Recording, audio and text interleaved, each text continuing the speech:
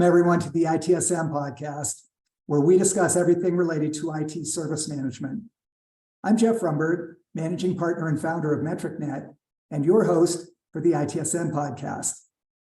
Today's show is the 5th edition of the podcast, and I'm very pleased and honored to welcome today's guest and my good friend, Ben Brennan. Ben is probably best known as the author of the Amazon best-selling book, Badass IT Support. But his contributions to the industry go far beyond authoring a best-selling book. Ben has led legendary IT transformations at such well-known companies as Twitter, Box, Verizon, and Yahoo. He's a 4-time HDI 25 thought leader who has garnered a reputation for championing the new evolution of ITSM, what he calls IT experience management, or ITXM. In fact, 9 years ago, he invented the first ITXM tool, QSTAC, a next-generation experience measurement platform now used globally from nonprofits and local governments to Fortune 500 companies. You can learn more about this amazing tool at qstac.com or itxm.com, IT Experience Management. Just so you know, QSTAC is spelled QSTAC. There is no K in the spelling. The acronym stands for Q, quality, S, speed, T, technical knowledge, A, approachability, and C, communication. Ben continues to be a prolific messenger for the customer experience revolution. He's written numerous articles for HDI. He speaks regularly at conferences and corporate events, which is where I usually see him. And he is the host of the podcast, IT After Hours. Now, if there ever was a true Renaissance man, Ben is it. In addition to his role as CEO of QSTAC, he is also a musician, filmmaker, and stand-up comic. One of the things that makes him so interesting and such a standout in this industry is that he didn't study computer science like so many in this industry did. Instead, he has a master's degree in psychology. And I think with that comes a unique and fascinating perspective on the industry. On a personal note, I've known and admired Ben for many years. I first heard of him when he published his book, Badass IT Support, which, if you haven't read it, I would highly recommend that you do so. It's probably the single best book I've read, not just on IT support, but on the unique challenge of delivering exceptional customer experiences. I've also appeared twice on Ben's podcast, IT After Hours, and I can't count the number of times that we've just called each other to chat about everything from QSTAC to the customer experience, the venture capital, to where did you grow up and how did you become such a great guitar player? Ben, welcome to the show. Hey, Jeff. Yeah, it goes without saying, this is one of my favorite things on my calendar this week for sure. I'm really excited to chat with you, and thanks for having me on the pod. I really appreciate it. Yeah, of course. You know, my brief introduction doesn't really begin to do justice to the contributions that you've made to this industry. So why don't we start by having you tell us a little bit more about your career journey? How did you get here, and what was your career path like? So, like you and like a lot of us, usually when I do speak, and I did a speaking gig last week, and I remember I always get people to raise their hands if, they had a career before IT, and almost everyone in the room raises it. So it's funny that I think we all have kind of interesting, origin stories, but mine was, I didn't know what IT stood for until I was 30 years old, so like I studied psychology at first, and then I traveled around. I got to live in Europe for a year, doing really menial labor, and then live in Central America, traveling around and playing guitar. And, I think we covered like psychology. I was a therapist and, an emergency crisis situation, and a lot of interesting things, trying to figure out life and really trying to figure out how to be happy and like studying the human experience. And then I moved to Berkeley. I wasn't licensed in California, so I didn't have a job, and I was dating a girl who made a lot of money, and I needed to, afford to take her on dates or whatever, or at least, help out. And so, I got a job in IT and kind of fudged my resume and just, showed up at this little startup called Pivotal Labs, and, went around and asking people what was wrong with their computers. And I went home and Googled it all night, came back with the answers, and on the job training. And so I think the kind of cheating so hard for the test that you end up learning the material I think to this day, I still have that kind of learner's mind where I'm just like, I always feel like, I want to be able to catch up. And I've just since then been obsessed with IT experience and the human experience of interacting with technology at work. What a great way to bootstrap a career. Fascinating. And as you point out, for many of us, this is a second, third, fourth career. Not something that was planned, certainly way back when I thought I was going to be a fireman or a policeman or something like that. But nonetheless, this is where we find ourselves. And like you, I've found a great deal of joy and satisfaction in working in this industry. And like you, I'm very passionate about it, or maybe I shouldn't say that. I should say you're the most passionate person I know when it comes to experience management. Now, the theme of our show today is the transformation of IT service management. And you, of course, as the founder and CEO of QSTAC, have a unique point of view on this topic. Tell us about the transformation that you see happening and how the customer experience plays into that. Well, the industry, I think we all agree that COVID was the forcing function for transformation. Like and first of all, the word itself, like, I mean, we all know digital transformation, over 72% of them fail within the first year, like it's something that we like to talk about, but as an industry, we really got transformed by COVID. And if you remember, some of it's faded away, but right after all the lockdowns, when people had to really scramble to keep the businesses running, IT all of a sudden got all this praise. And IT was actually seen as these heroes for keeping these companies afloat. And in my opinion, they did that because they actually broke their own rules.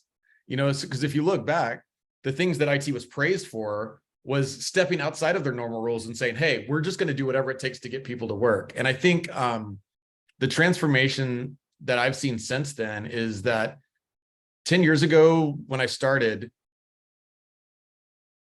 in my experience, you can tell me what you think, everyone was kind of doing IT for IT's sake. The goal was to do IT well. And now I hear people earnestly talking about the goal being to actually empower people outside of IT to do their jobs better. And to me, that was painfully missing 10 years ago. And since COVID, I think people are kind of getting it. What do you think? Yeah, I knew that COVID was a pivotal event in the history of IT support and IT service management. It forced, you used the term forcing function. It forced at least IT support to think about how you deliver services remotely that historically had been done in person. If you had to go desk side or device side, that wasn't as easy during COVID. And there were a lot of things that IT service and support discovered were possible that they had not even experimented with before. So if there was a silver lining in the COVID crisis, when it comes to IT service management, it's that they stepped up, IT service professionals, and they figured out that they really could shift left. They could move support from the field to remote support, or they could take over some of the vendor support that had been done. They could deflect contacts into lower cost channels like self-help, self-service. They started to invest in things like knowledge management, which has historically been a very weak function because customers needed to access knowledge to, in some cases, do some of their own troubleshooting. They got very good at remote work, working from home, because almost all the agents were working from home.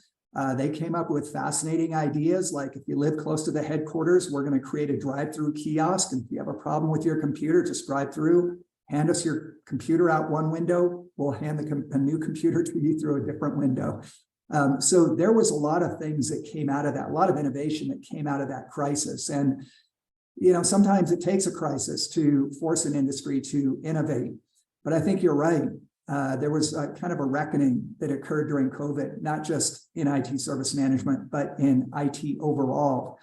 And we might look at that as the flippening, a little bit of an overused term in the cryptocurrency business, but the flippening where suddenly IT wasn't just a nuisance or a necessary evil, but suddenly it was an enabler of a lot of things that prior to that, heretofore, had not really been enabled. So I think IT came out of the pandemic with a renewed reputation for ingenuity, tenacity, get it done attitude. And overwhelmingly, it's unfortunate it took a pandemic to bring us to that recognition, but I would agree with you. I think there was a massive transformation that started and continues to this day, perhaps in a little bit more subtle way, but definitely a massive transition and transformation began during COVID. Totally. Ben, Yeah, I think they just to second what you said, I think another thing that surprised me was that I think IT folks wanted that all along and just didn't think it was possible. So I think you said it perfectly. They actually got to like taste it and they're like, oh, we can do that. And I don't think it's so much like they were putting it off. I think they just like, it's hard to do IT. There's a lot of things going on. And once they tasted it, then they're like, okay, we can do this. Yeah, it was really fun. Yeah, I love your term breaking the rules, because oftentimes you find out that if you break the rules just a little bit, we're not talking about anarchy here, but we're talking about being a little bit forward leaning. Historically, IT was not forward leaning. It was considered a support function. It's only recently that it's been considered not just part of the business, but in many cases, the business. There are many companies that will talk about information technology as being the heart and soul of the business. Their IP, intellectual property is stored on their IT systems. They are the infrastructure and the tools that enable people to get their jobs done. So increasingly what we're seeing is this viewpoint that IT is the business. We might be selling shoes. We might be running an airline. We might be offering business services, whatever it might be. But without IT, we can't do our job. So in a very real sense, the business and information technology are one and the same. You can't separate them. It would even be, I think, an understatement to say that they're two sides of the same coin. They are the same coin. So that flippening, as I call it, I saw happening during the pandemic. That was kind of the catalyst for that happening. And the idea that they are now leaning into things. I think they were emboldened by their success during the pandemic. And now they are thinking actively about not breaking the rules for breaking the rules' sake, but rather these artificial constraints that we've been operating under for many years or many decades. Maybe those don't have to be there. Let me give you an example, Ben. One of the things that we discover on almost every service desk or desktop support benchmark is that the technicians and the analysts that are trying to support and help the users don't always have the access rights that they need to deliver that support remotely. And when we talk to IT leaders about why is it that field services, desktop support, level 1 support doesn't have access to these systems where they would be able to clear out a lot of the debris, if you will, the tickets that get pushed out to third level IT or vendor support or wherever it might be. Why do they not have that access? And there's this vague notion that, well, if we give them access to these systems, they're going to crash everything. And we can't afford that. We can't trust them with the keys to the castle. But if you dig down a little bit deeper, it really is kind of a turf protection issue. And for those organizations that have really opened up and given IT support the access that they've asked for and requested so that they can deliver the best possible customer experience and resolve as many incidents and service requests as possible on first contact, I don't know of a single example of IT service and support taking down a website or taking down a company's internal communications infrastructure or anything like that. So that's kind of a big red herring. And we're starting to see examples now where IT leadership is saying, okay, I think we probably can trust them. Let's give them broader access rights. Let's increase the first contact resolution rate. Let's give the customer a better experience because they don't want to hear, well, we can't get into that system, so I'm going to have to create a ticket and I'm going to send it along to somebody else. And as a customer, that's not a very satisfying experience. So that's just one of the ways that we see IT service and support kind of testing the boundaries of what's possible and saying, let's lean into this a little bit. Let's be a little less risk averse and try some things that we haven't done in the past. Let's see how it works. Now let's hedge our bets a little bit, but let's see how it works. And almost universally, what we've seen are great outcomes. Boy. Ben, what do you, I've been in the industry longer than you have, but you're probably You're probably a better known name in the industry than I am. So I'm curious to know what you see as some of the most striking differences between now and the time that you got started in this industry. I think the big difference, because it's changed so much, right? I mean, in a good way. And I think I came in, you know, to IT just being in love with the employees that we support. And then I kind of grew to love the actual IT professionals. You know, at first I felt like an outsider. And then I think the reason I stayed in IT was because, you know, they really are using the language of, in asking the question, why are we here? We're here for the business. And I mean, you might have heard that a little bit, but now like everything is experience. And what I love more than anything is people are finally trying things. I think AI kind of got everyone excited, but they're finally trying things. It used to be talk, nada. And then I'm talking, we mentioned a company, I can't say out loud, but before we started recording, that like a huge company that just signed up with us that we're really excited about. And like, I talked to other CIOs of like big companies, and they're all like, they're really digging in and saying, let's do some real innovative stuff, and let's really unleash AI, and let's really try to like once and for all, like make IT awesome. And so I think there's a chance that IT can really be what we all hoped and dreamed it could be, which is like the badass, amazing innovation center for the company, not like the people in the basement, but like really where you look to be like, we have this huge vision. Someone get IT in here quick. So let's solution this out. Yeah.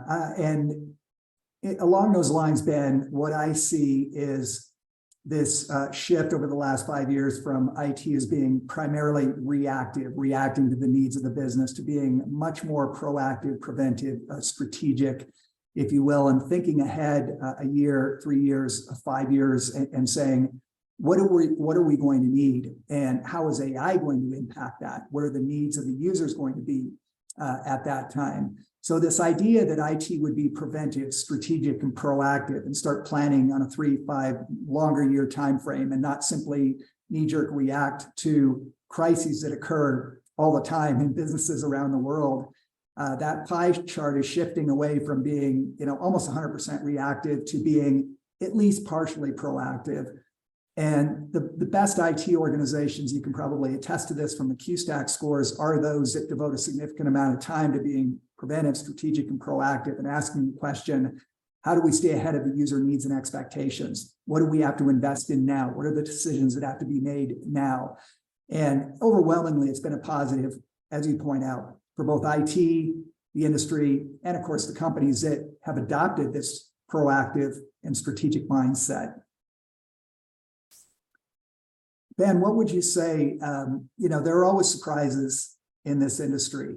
AI, you know, I've known for a long time that it was coming, but from the advent of ChatGPT in November of last year until now, it's just been, you know, probably more hype than reality. But I was surprised how we went from 0 to 1 when it comes to AI. I would say that's probably one of my big surprises. But as I pointed out, it's really more hype than reality right now. You hear a lot of talk about AI.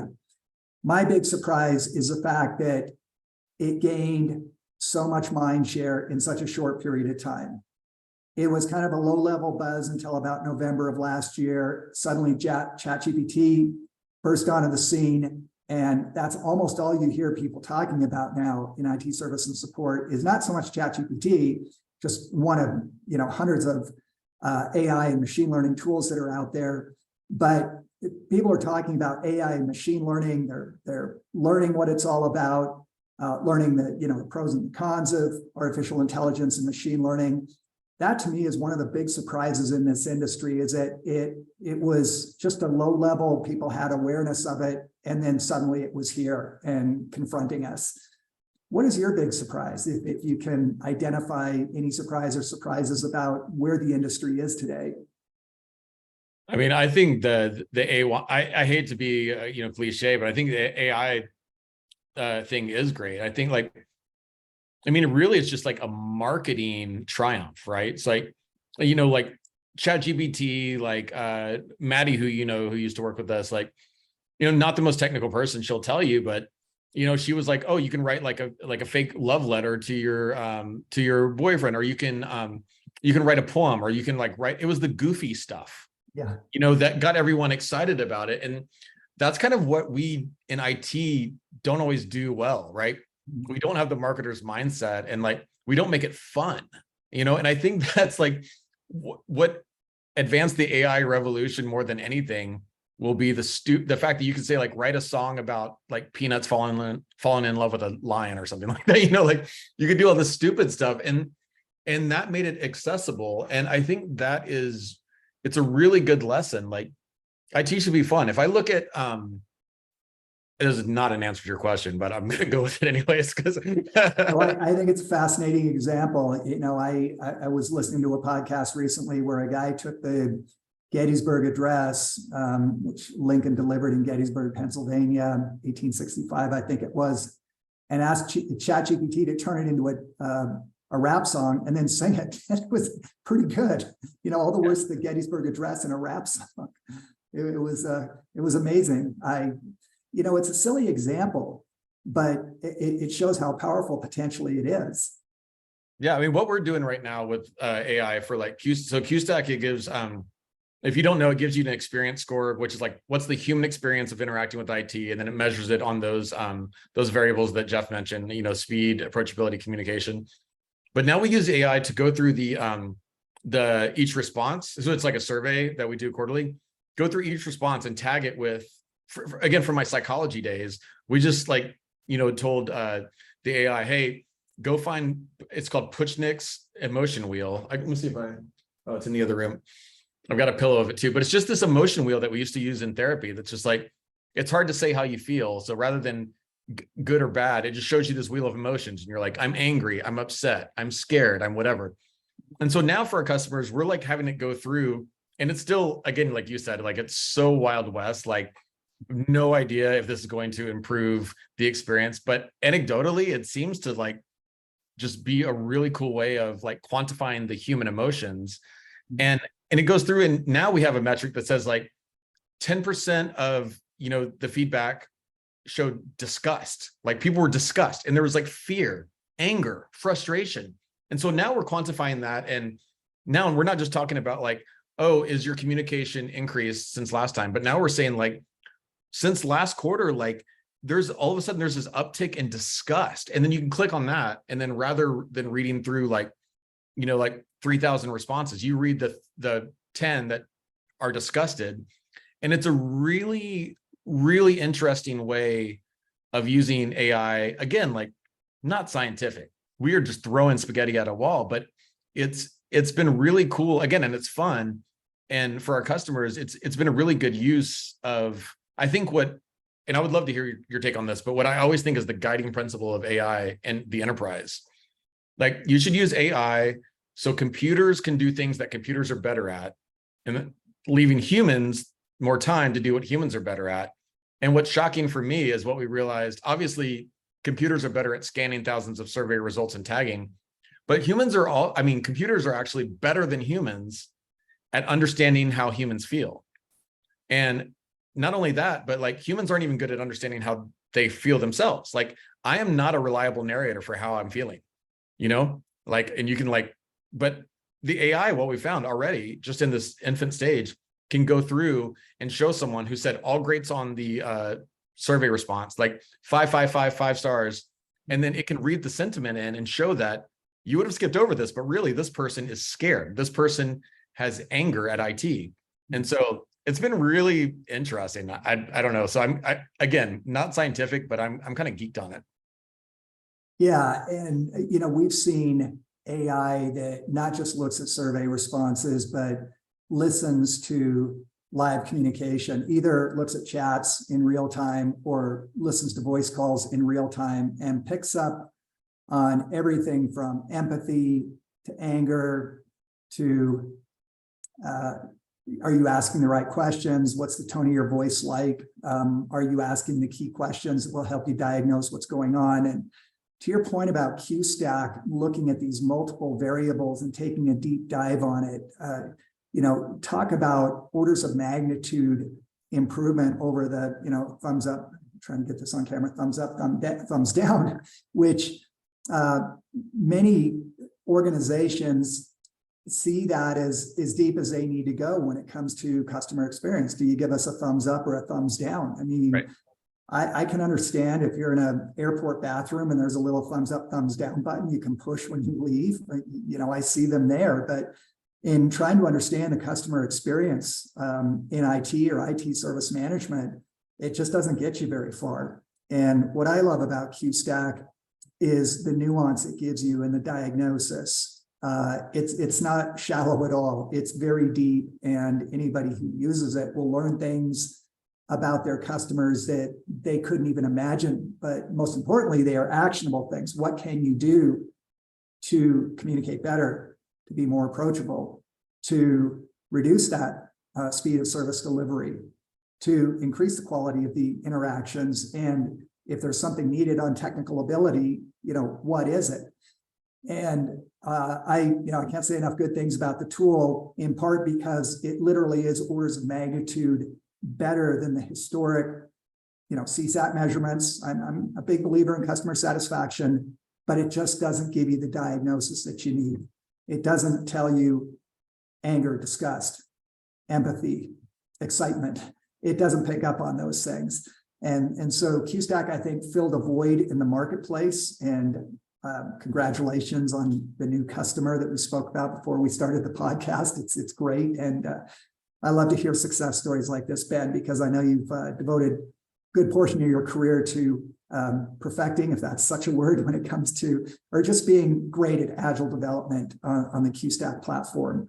But like you, I see that AI can be sort of a co-pilot, if you will, where there are many things that computers will do better than people. They're great at ingesting huge amounts of data, massive amounts of IT service management tickets, and recategorizing those tickets, or creating knowledge out of those tickets, or doing automated problem management. But there are certain things that humans will probably always do better at least for the foreseeable future. And so like you, I kind of see this as a side-by-side partnership right now, where you're going to have a fair amount of labor involved, high-level labor expertise, if you will, involved in IT service and support, but complemented by the machine learning and the artificial intelligence. We already see it in medicine, surgeons being assisted with AI bots, and just GPs, general practitioners, being assisted with diagnosis. We see it in law, we see it in architecture. And so it only stands to reason that we're going to see it in IT service management as well.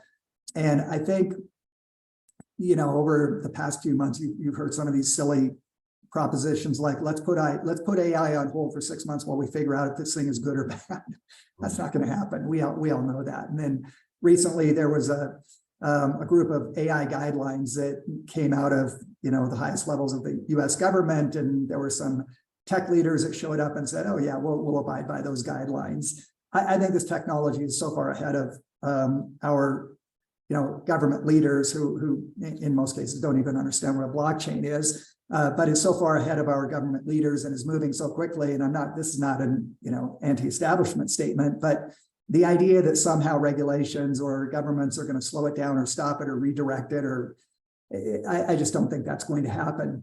But what I do see in this industry, Ben, is that those who are committed, as you are, to delivering exceptional customer experiences, I think we'll be able to do that, on steroids, if you will, with the assistance of AI.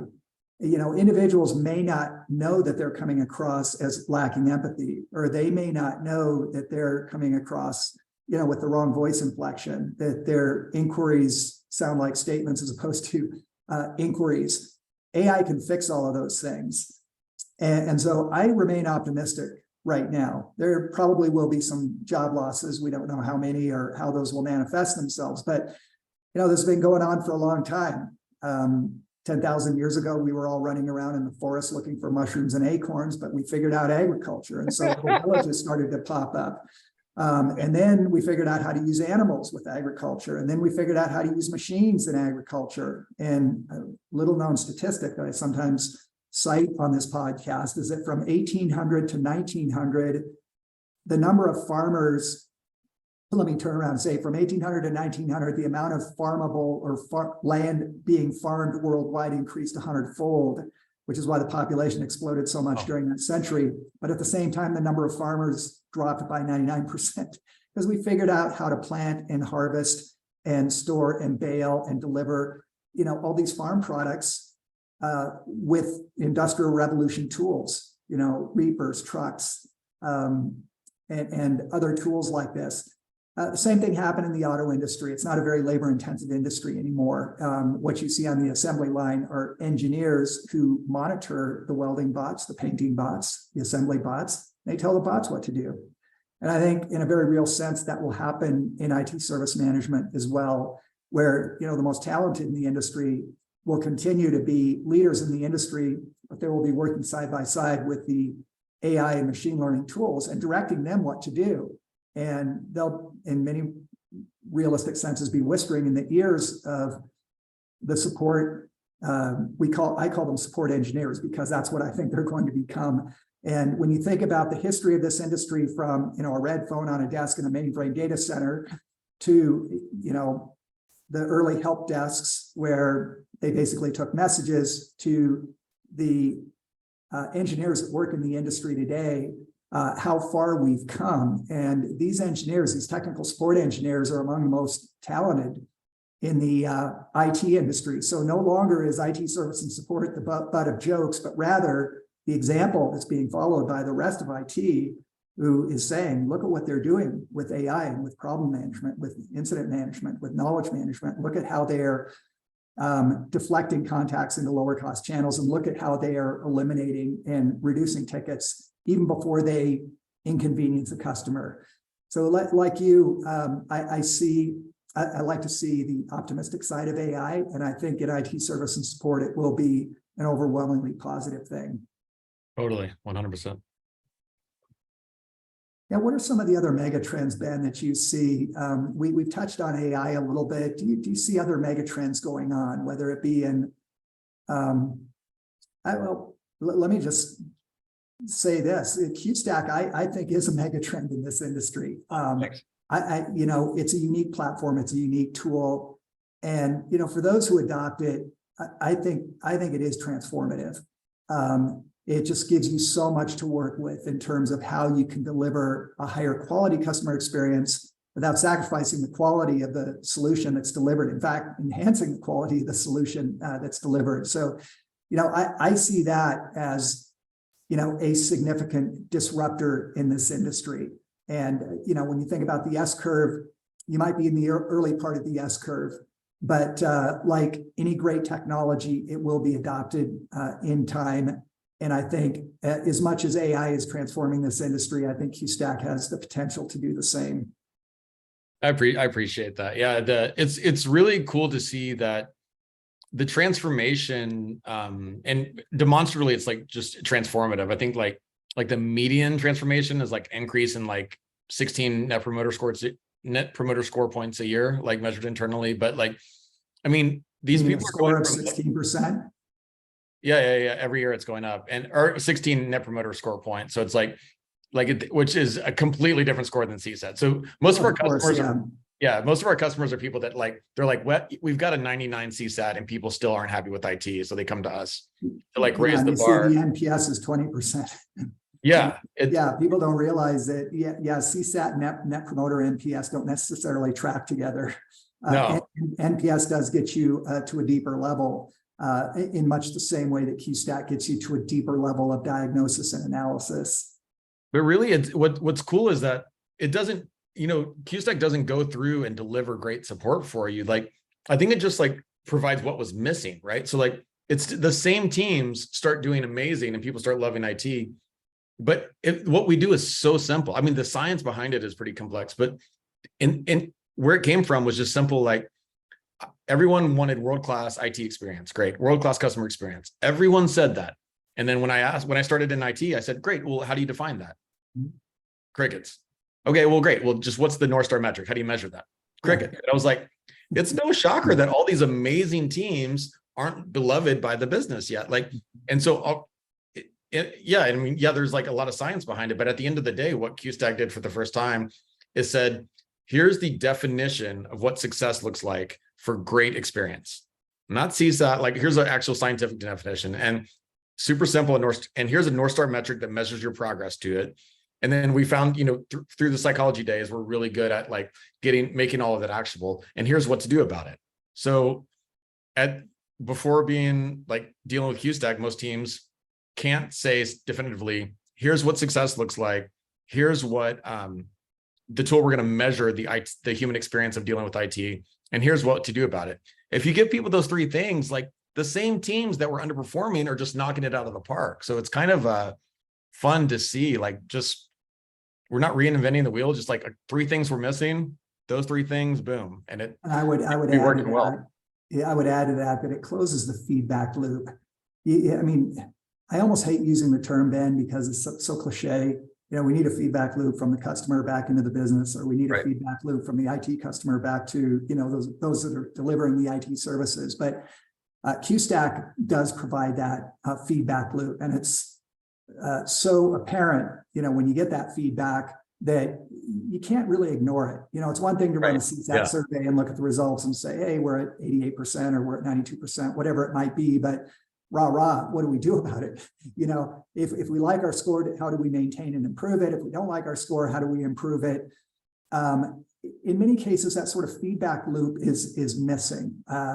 And everybody talks about it, but very few people actually do anything about it. And one of the things I love about QSTAC, in addition to the things that you just spoke about, is the fact that it has that feedback loop. You really can't ignore it. I mean, it's almost malpractice to ignore the feedback loop. Yeah. There it is. Here's a customer telling you what you can do to have a better QSTAC score. So I love that about QSTAC, is that it makes it very obvious how you can close the loop between what the customer's thinking, what the customer desires, what the customer needs, and what you and IT have to deliver in order to meet those needs. Totally. I got to show you the emotion stuff too, the emotion part of the readout now with the AI. It's so cool because it's even harder to ignore when you're like, you cannot just like sit through the data and then walk away thinking you're amazing. If 10% of the people literally like have disgust, like it makes it human. It's not a number anymore. They say like, not just that they don't like you, they really don't like you. Yeah. And so like they're disgusted by IT. Yeah. And it lets you zoom in on that's a pretty damning statement. Yeah, exactly. On those feedbacks, right? So you can, it's, how like 1 million deaths is a statistic and 1 death is a tragedy.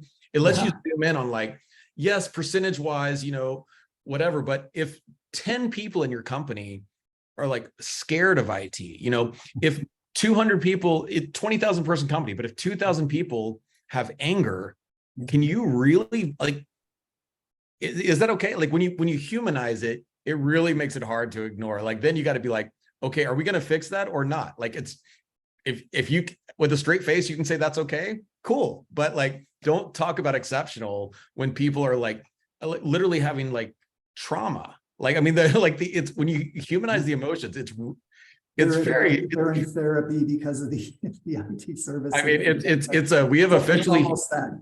Yeah. Almost that extreme. But, I mean, we have humanized IT. And I love the fact that it forces organizations to define what they mean by success, because that is missing in addition to the feedback loop I just spoke about. Ben, where do you see the industry going from here? IT broadly, and then IT service management in particular. If you had some bold predictions to make, what would those be? All right. So I'm going to preface it by saying a lot of these are stolen from people that I respect. Because my only real prediction was I used to think that onboarding would be, I thought we would have like AR Vidal, everyone would have like goggles and like be sitting in a room looking around. But I think the real predictions that I have, again, stolen from my friends and colleagues, are number one, tickets will not be a thing. And I hope in 3 years, but probably like more 5 to 7 because we're slow. The word ticket will not exist. Tickets won't exist. That's an antiquated thing from brick and mortar, like deli shops. Like tickets like is so old school. And so I think tickets will be a thing of the past. So you can go ahead and update your practice not using the word tickets. It's never had a good connotation. So that number one. Number So two, what will replace tickets? I mean, nothing. Like think about you think about great experiences. Step outside of IT. And that's really what I did. Like the reason I was really good, but even before QSTAC, the reason I was really good at providing great IT experience is because I didn't know any better. And so I was a bartender. I worked in fine dining. So I knew how to provide a great human experience. I knew how to make a first date go well. It's those things that were missing from IT. Like it's when you think about a great IT experience, if you zoom out and you're like, what's just a great human experience? And then you apply that to IT, you're good. So if you think about, if I go to a hotel, a world-class hotel, any tickets? No. I've got a 3-year-old son. I try to make my time with him like a great experience. Does he submit a ticket? No. You find other ways to do that are invisible. You can, and again, you can report on things through every team. Almost every team I've worked with during the pandemic opened up a Slack channel and quickly shut it down, or it's the bane of their existence because everyone liked it on the user side, but there's no reporting on it, right? We need to just step back and think if tickets just disappeared, how would you handle things? And just be smarter about it, Yeah, for a long time, maybe not a long time, but at least a couple of years, I've been saying that eventually service and support will end up on the blockchain. There will be a permanent record of, who got the request, who provided service to the customer, who dealt with the incident, that kind of thing. The blockchain doesn't issue tickets. So I think you just added a significant piece of knowledge to my prediction. Support's going to end up on the blockchain. And one manifestation of that is that tickets will go away. There will still be a record of some transaction on the blockchain, but that is a really bold prediction and I love it. So, but I interrupted you. So you were about to go on to number 2. Well, number 2 is I'm going to pull from your talk. I went to a conference not too long ago and sat in a talk from you on enterprise service management, or ESM. ESM. And I think finally it has to become the case that just when you need something, is that IT or facilities? Is that IT or HR? Surely it has to be the case that in a few years, if I work at a company and I have any kind of hindrance to do my job, whether it's technology or HR or time off, I can go to one place and get everything I need. What do you think about that? One portal, one number, everything from security and facilities to IT service and support to onboarding to leave of absence. It's just, I need help. I come to work, I do my job. If something happens to stop me from doing my job, one button, one whatever, and get help. And your talk was so great on that. Do you think, why do you think we're not there yet? And do you think we're going to get there? Eventually we will get there. I think we're not there because of the risk aversion of business in general. And I think IT may have become less risk averse than they have been historically. But large corporations, Global 2000 corporations, are notoriously risk averse. And so they're tiptoeing into enterprise service management. But here's the irony, Ben, is that he got a template for success with IT service management. The discipline and the term ITSM was invented in 1972. It's now 51 years old. And the metrics and the reports and the processes and the training and the way you handle customer inquiries and requests, those translate almost 100% into ESM. Yeah. So the risk is actually pretty minimal. And I'm surprised we haven't seen more examples of organizations taking the leap into ESM. There are ways to hedge your risk if you do it. You can start with a relatively small activity. It might be, you wouldn't start with human resources, that's one of the big ones, but you might start with security or parking services or facilities management, something like that, where you can get a quick win. And if you're not successful, at least you're not taking the company down with it. But I think there's still a risk aversion, and along with the flippening that I mentioned earlier, I think IT has become less risk averse while businesses have become a little bit more risk averse. Yeah. So I think I presented some statistics in that presentation where I showed that there was a small minority of Global 2000 organizations that had really taken the full leap into enterprise service management, and they were, mature in that respect, but it was less than 10% of large corporations.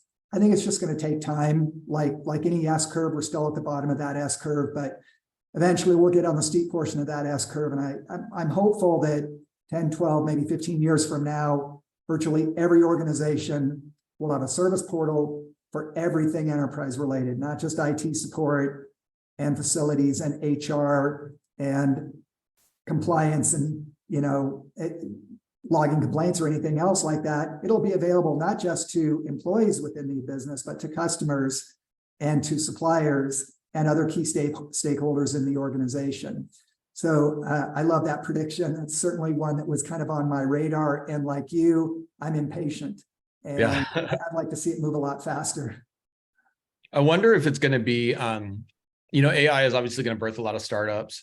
I wonder if it's going to be the kind of thing, kind of how like Slack started out with startups, and then, got into the big enterprise. I wonder if it's going to be the kind of thing where some entrepreneur just says like, hey, like, I don't want it to suck to work here. Like, I want employees to be able to come and there's a one-stop shop for everything, like an easy button. And maybe that catches hold and that company just grows, like, turns into a Fortune 500 company in a couple of years, and then the word gets out. Like, it's so hard to change. And I always give IT a lot of grace for this. Like, it's hard to completely reorganize something. It's like fixing a plane while it's in flight, right? It's hard.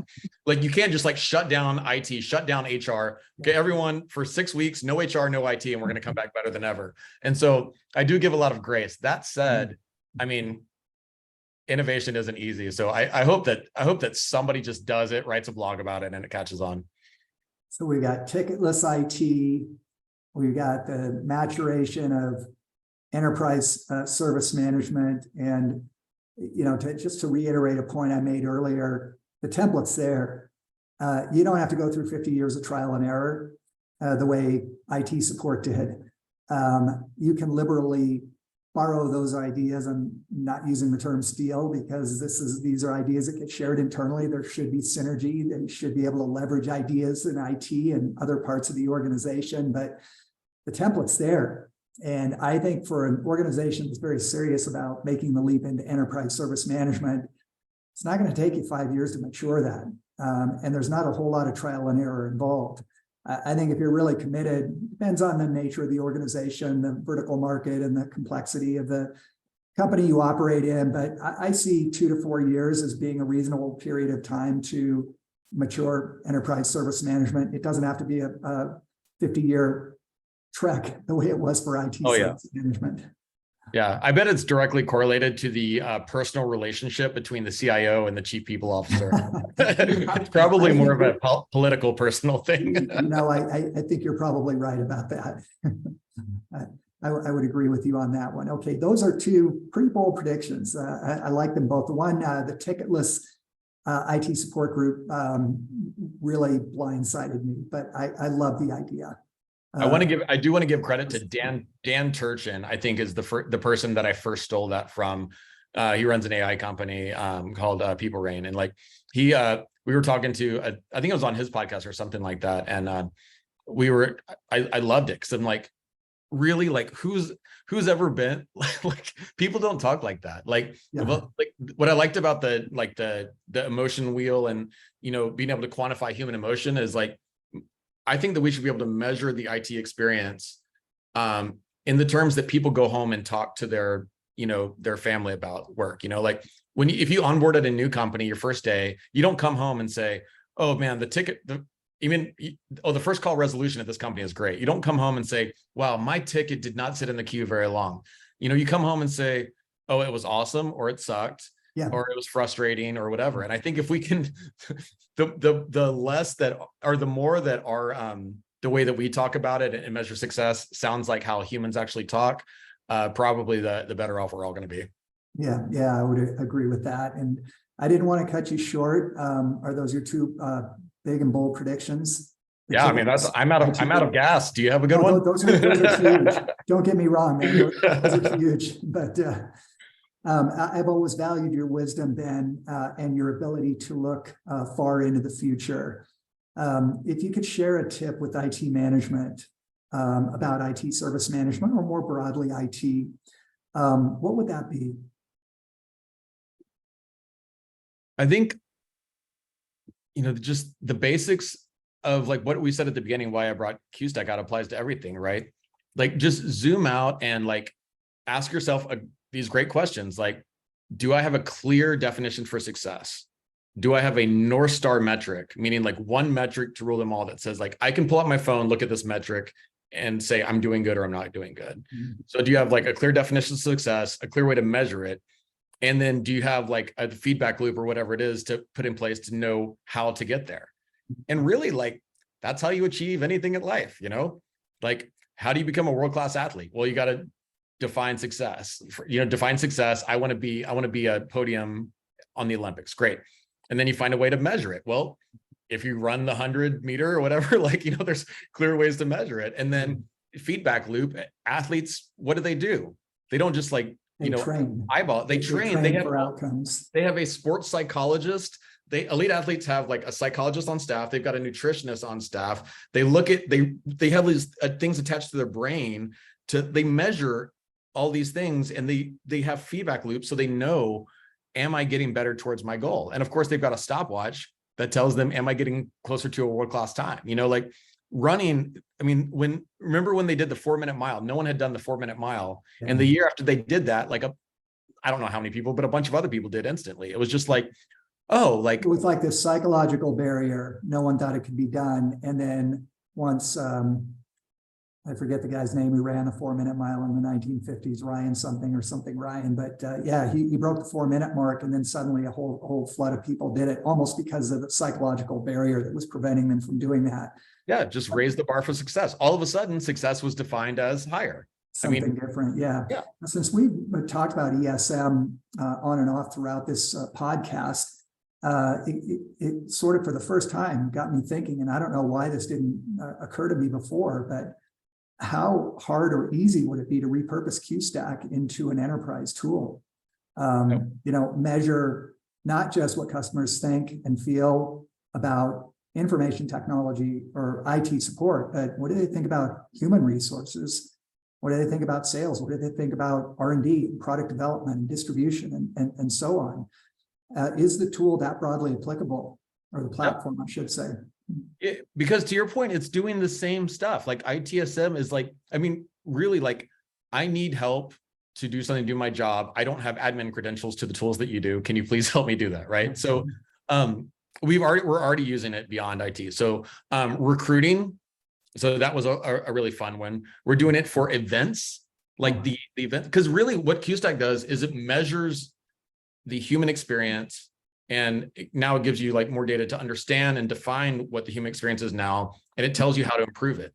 That's applicable to everything. Like I want QSTAC for Walgreens in 5 years, but it's, to your point, we already use it with great success. And I think what's going to be really interesting, and we've got a customer that actually they came up with this idea to do, is QSTAC to measure the experience of specific tools. And to me, I'm always a zoom outer. So I always like to say, let's measure the overall sentiment of the company towards IT. But, they were like, we want to know about the specific tool. In this case, it was Salesforce. So they have like their Salesforce, and this implementation is huge. It's a government or a nonprofit agency. So huge Salesforce. Like if you are a local agency, a part of this big multinational nonprofit, you get access to Salesforce to manage donations and use things like that. And so basically, like, not just the service desk, but like what is the experience you have with this tool, and how do we make this tool, how do we define success for this tool? How do we measure the experience of this tool, and how do we know how to do it? So I think, if you are just measuring, the human experience of interacting with something, defining it, and then figuring out how to improve it, you can use it for anything. But I was shocked how easy, there wasn't a transition. We didn't really have to change much of anything. I didn't realize that you had those deployments in non-IT areas. That's great, Ben. The sort of the opposite question I just asked you about, your tip to IT management. What about for someone just getting started in the industry? We both speak at like Service Management World, one of the HDI annual events, one of two of the HDI annual events. And what I found is that you have a lot of eager newbies, if you will, at those conferences, as well as seasoned professionals. But in the presentations, what I found is that you've got a lot of people that are just getting started in the industry. And that's a little bit of a generalized statement, but what advice would you have for them? Just getting started, say, as a frontline support analyst or technician, what advice would you provide for them, whether it be career advice, how to deliver the best service to your customer, anything at all? I remember it like it was yesterday, what it was like starting out. Like it was, I was 30, right? I was, it was my second career, but I remember exactly what it was like. And I think the biggest lesson that I learned that I would have loved to be told ahead of time is, I consider myself a visionary, right? I pitched the idea of QSTAC at Twitter. They basically told me to go F myself. You know why? Because like, I didn't get buy-in. So I was like a lower level IT manager saying like, hey, we should do this big stuff. And my presentation was all off. It was a good idea. It turns out it was a great idea, but like, I did not present it well and I didn't get buy-in. And I had a manager there. It wasn't my favorite manager, but she taught me something really important. She's like, you need to work on getting buy-in for your ideas. Yeah. And so what I did was I looked at like, how do other people get new features at Twitter? And so I looked at the one of the product managers, and she had this awesome little simple template that said like, proposal, what am a new feature proposal, like what I'm proposing, what problem will it solve, what will be the impediments, what's the potential outcomes, what are the risks? Simple document, nicely formatted. And so I started doing that when I came with my ideas, rather than saying like, you guys are stupid, or you don't know how to do IT, this is great. I just like would have those ready. And then when we talked about it in the meetings, just take over the projector and say, hey, here's what I'm supporting, here's what I'm proposing, here's the problem it'll solve, and just have all those questions. And I did that in the meeting for the first time. And I was like, oh, this actually works way more than me declaring myself a visionary as a lower level IT person.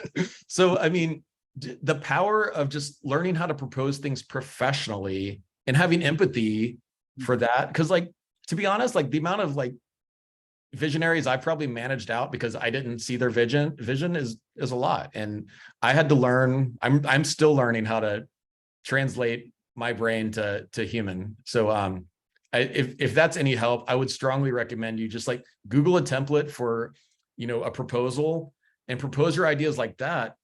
People at the top, C-level executives, they want great ideas. Yeah. But what they don't want to do is have to sift through a bunch of like crap to get through there. But if you give them if you give your manager a nice proposal that they can literally just like forward up the chain without having to make it look pro, like you can really make a name for yourself and be the change you want to see. I love asking that question, and your answer is the most unique answer I've ever heard, but it makes perfect sense. I love it. Work on your messaging. Yeah, you can ask. Don't assume that you don't have anything to offer. You've got a lot to offer. You may not have a lot of experience, but you've got a lot to offer. One of them being that fresh look at an activity or at a function, but honing the message, making it easy to digest, easy to move up the chain for approval. It's the best answer I've heard to that question, Ben. I love your insight, and I know we could turn this into a 2 or 3 hour podcast, but we're about out of time. I want to thank you for joining me today, Ben, and being a guest on the ITSM podcast. It's always a blast to catch up with you. You and I connect on so many different levels. It's been a lot of fun, and I'd love to have you back again. Anytime. It's never long enough chatting with you, but I'll take what I can get. So I really, really appreciate it. And again, like when this is on my calendar, it's a happy week. So till next time, man, I really appreciate the time. Thanks, Ben. Likewise. Take care. All right. Take care, Jeff.